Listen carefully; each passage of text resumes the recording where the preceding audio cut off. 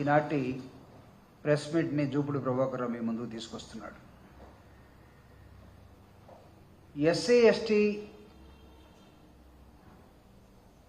కుటుంబాలకు వైఎస్ఆర్ కాంగ్రెస్ పార్టీ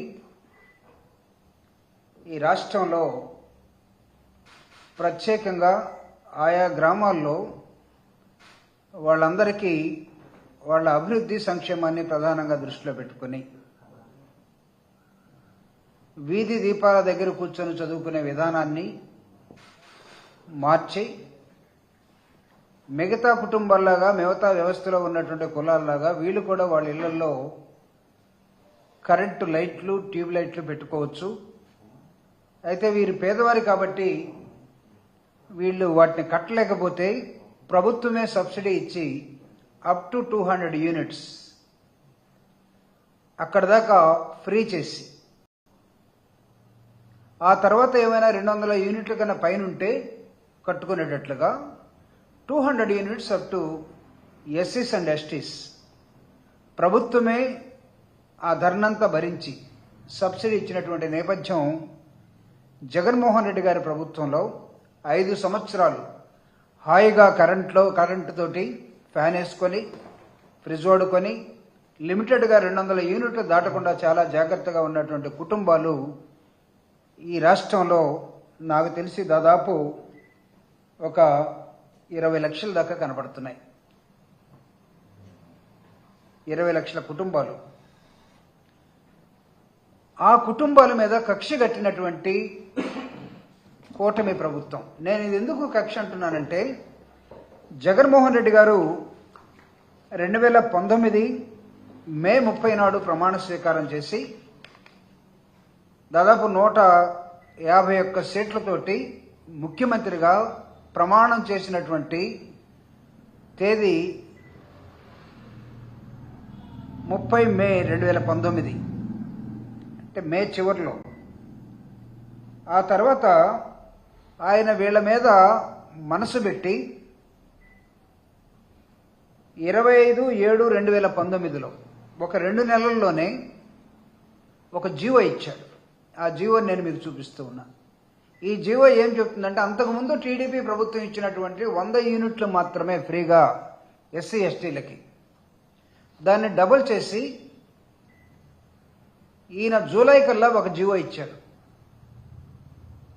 ఈ జీవో ఇస్తూ జీవోలో ఏం చెప్పాడంటే డిస్కమ్లకి or managing director power sector and the power minister CS and all the concern power people వాళ్ళకి జీవో ఎస్సీ ఎస్టీల దగ్గర 200 యూనిట్లు దాకా వాడుకుంటే వాళ్ళందరూ కూడా ఫ్రీ ఛార్జెస్.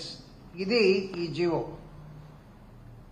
అనేకమైనటువంటి అబద్ధాలతోటి 2024లో అధికారంలోకి వచ్చినటువంటి కూటమి ప్రభుత్వం, అంటే వీళ్ళ అబద్ధాలతోనే జీవించి చివరికి అలానే గడుపుతారా వీళ్ళ జీవితాలన్నీ, లేకపోతే వీళ్ళల్లో ఎవరైనా ఒకడు లేదు ఒకడు మంచోడు ఉన్నాడని చెప్పుకోవడానికి ఏమైనా ప్రయత్నం చేస్తారా, లేకపోతే ప్రజల్లో ఏమైనా తిరుగుబాటు వస్తే ఏ కరెంటు పోల్ నుంచి అయితే కరెంటు తీసుకుంటున్నారో, ఏ కుటుంబానికైతే 200 యూనిట్ల దాకా ఫ్రీ పవర్ ఉందో దాన్ని ఇంకొక జీవో ఇవ్వాల్సిన అవసరం లేదు, కూటమి ప్రభుత్వం వచ్చింది మా మీద ఒత్తిడి పెట్టారు, మేము ఎవరికి బాధ్యులం కాదు, మీ గ్రామంలో ఉన్నటువంటి ఎస్సీ కాలనీ ఎస్టీ కాలనీ ఏమైనా ఉన్నట్లయితే 200 యూనిట్ల కన్నా ఎక్కువ ఉన్నా తక్కువ ఉన్నా మీరు జగన్మోహన్ రెడ్డి గారు అధికారంలో వచ్చినప్పటి నుంచి ఈ రోజు దాకా కట్టకుండా ఉన్నా అప్పటి నుంచి ఇప్పుడు దాకా మీ మీద అన్ని ఛార్జీలు వేస్తున్నాం,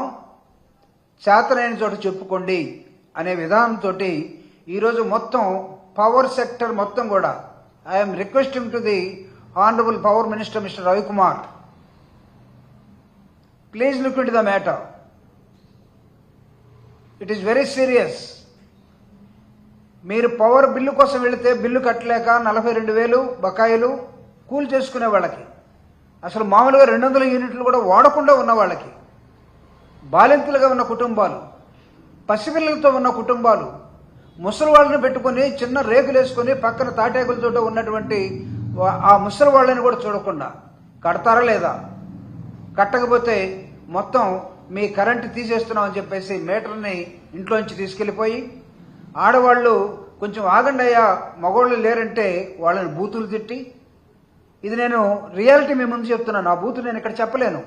వీళ్ళు ప్రవర్తించిన విధానం అంటే మీకు ఎస్సీలకు కూడా కరెంటు కావాలన్నా, ఎస్టీలకు కూడా కరెంటు కావాలన్నా, మీ తాత ఉన్నప్పుడు కరెంటు ఉందా, మీ నాన్న ఉన్నప్పుడు కరెంటు ఉందా, ఎవడిస్తాడు మీకు కరెంటు ఫ్రీగా?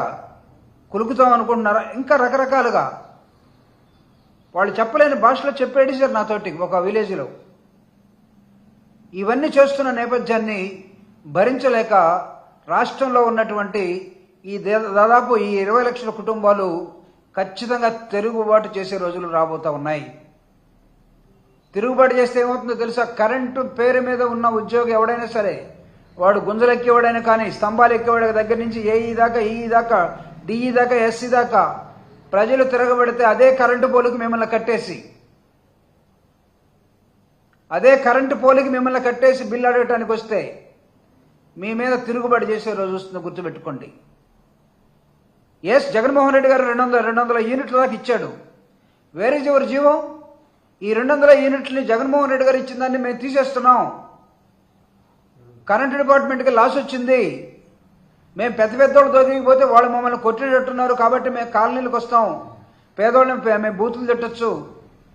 ఈ విధంగా మీరు ప్రవర్తిస్తున్న విధానం కానీ ప్రభుత్వం ఒక చీకటమయం చేస్తున్నటువంటి దళితుల జీవితాలని దాదాపు 1 నెలగా 2 నెలలుగా కరెంటు తీసేస్తే చీకట్లో ఉండిపోయారు వీళ్ళందరూ. ఆ కిరోసిన్ లాంతర్లో ఏదో పెట్టుకొని. సో పెద్దవాళ్ళ దగ్గర పోగలుగుతున్నారా?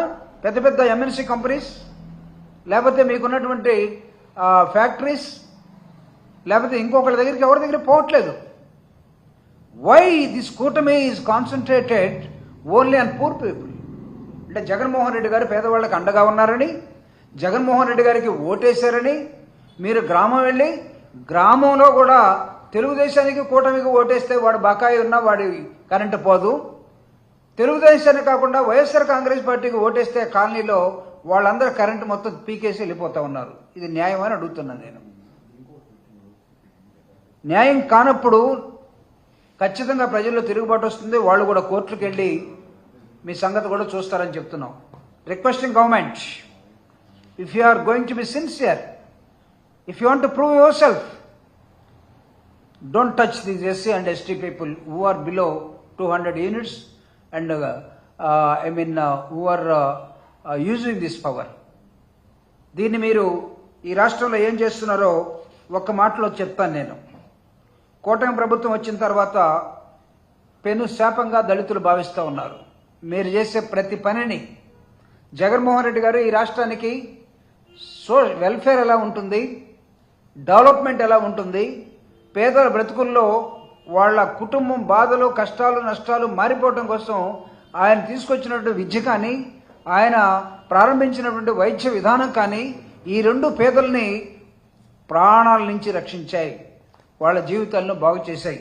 కానీ ఇప్పుడు మీరు దేని మీద మనసు పెట్టారంటే, గత ప్రభుత్వం పేదరికం నుంచి బయటపడేందుకు అనేకమైన కార్యక్రమాలు చేస్తే ఆ పథకాల మొత్తాన్ని ఈ వర్గాలకు ఇప్పుడు ఇవ్వటానికి వీల్లేదని ఆపేస్తున్నారు.